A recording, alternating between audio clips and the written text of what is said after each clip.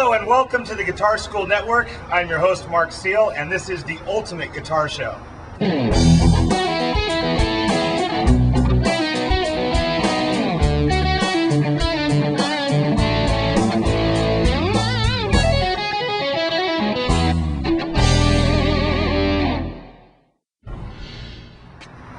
Alright, Marc Seal here at the Music Stand. This is where I teach.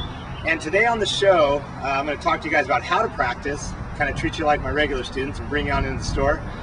We're also going to do on sound advice. I'm going to go through and show you all the different gear I use because I'm constantly getting questions regarding that. And then we're going to talk about string skipping on Riff of the Week. So stay tuned, you're going to dig it.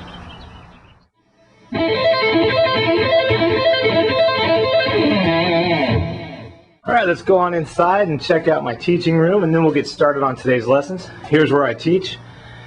Got the cool pictures. Of course, we got Jimi Hendrix and all those good guys up there. We've got my Lakers trash can because they put all the other teams in the trash. Got pictures of my son. Got my stereo, my computer, my drum machine. Got the GT6, the loop station, and then over here, the student's amp, the crate. So let's kick back and get into the lesson. Watch this, I'll magically appear. Alright, all about technique. I told you guys I was going to teach you how to practice. Well, when I do my practice regimen, what I typically do is I break it up into 2 or 3, 4 different sections. We already did our warm-up, in previous shows I've showed you how to do that, so I expect that you've already done that. So the first thing I typically focus on after that would be single string technique, where I'll do patterns where I hit one note at a time. And that could be anything from raking to alternate picking to speed picking. It doesn't matter. The point is I'm just trying to get used to hitting one note at a time with the pick and moving my fingers around pretty rapidly. One of the things I like to use is what's known as diatonic thirds. And it's where you take a scale pattern and you play diatonically in key essentially. But you go from the first note to the third note, the second note to the fourth note, the fifth note to the third note, etc. Or third note to the fifth note, etc. So you basically skip a note. So you go from the first to the third, again, like I said. So let's take a close look at this one. This is a cool exercise. This is called diatonic thirds out in the key of C major.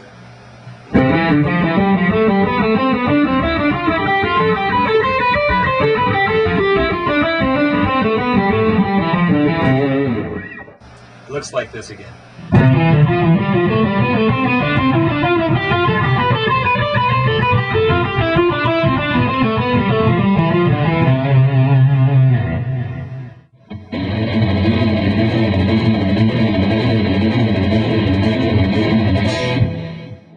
Next, I like to focus on rhythm playing. And when I play rhythm, most of the time I'll use my drum machine and I'll throw in just like a basic little drum beat and I'll just groove out on any chords I want really.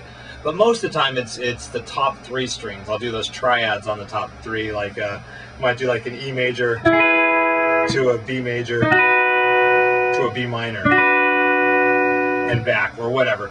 The point is that I try more than anything just to come up with different rhythms with my right hand, always staying in time. So it might sound something like this.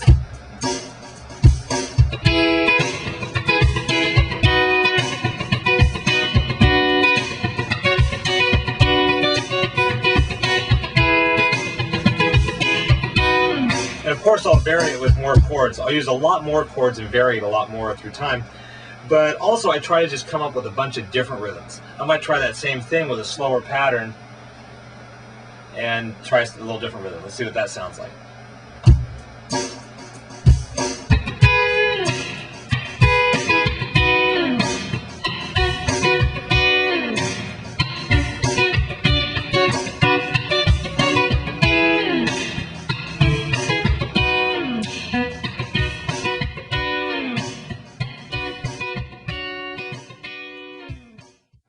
Okay, by this point I've done my warm-up, I've done my single string technique where I played the individual notes and did a lot of alternate picking on different strings. Then I did my groove where I played to the drum machine. I grooved out for a while on chords and trying new chord voicings and different rhythm patterns and whatnot. The next thing I'll do is what I spend the most time on, and that's where I improvise. I'll throw down a chord progression into my loop station and I'll just sit and jam and try all different kinds of scale patterns. I'll try different keys. I'll keep throwing in different chord progressions in my loop station so that I can get practice in different keys at different tempos. And the main reason I do that is because the ultimate goal is for me to be able to solo fluid. I mean, obviously I need to be able to play rhythm, and so I spend time on that, but my ultimate goal is I want to be a really good soloist and be able to play my guitar with a lot of feeling and a lot of emotion. So a lot of times when I do my jam, it might sound something like this. The example I'm doing now is in C sharp minor, and it's just a C sharp minor chord, a C sharp minor 9, to an A major 7 chord. I just go back and forth, and then I'll just experiment, seeing what it sounds like using different scales. So I'll try the diatonics, the blues, maybe some harmonic minor, and I might even throw in some chromatic scales. So check this out. Here's what it might sound like.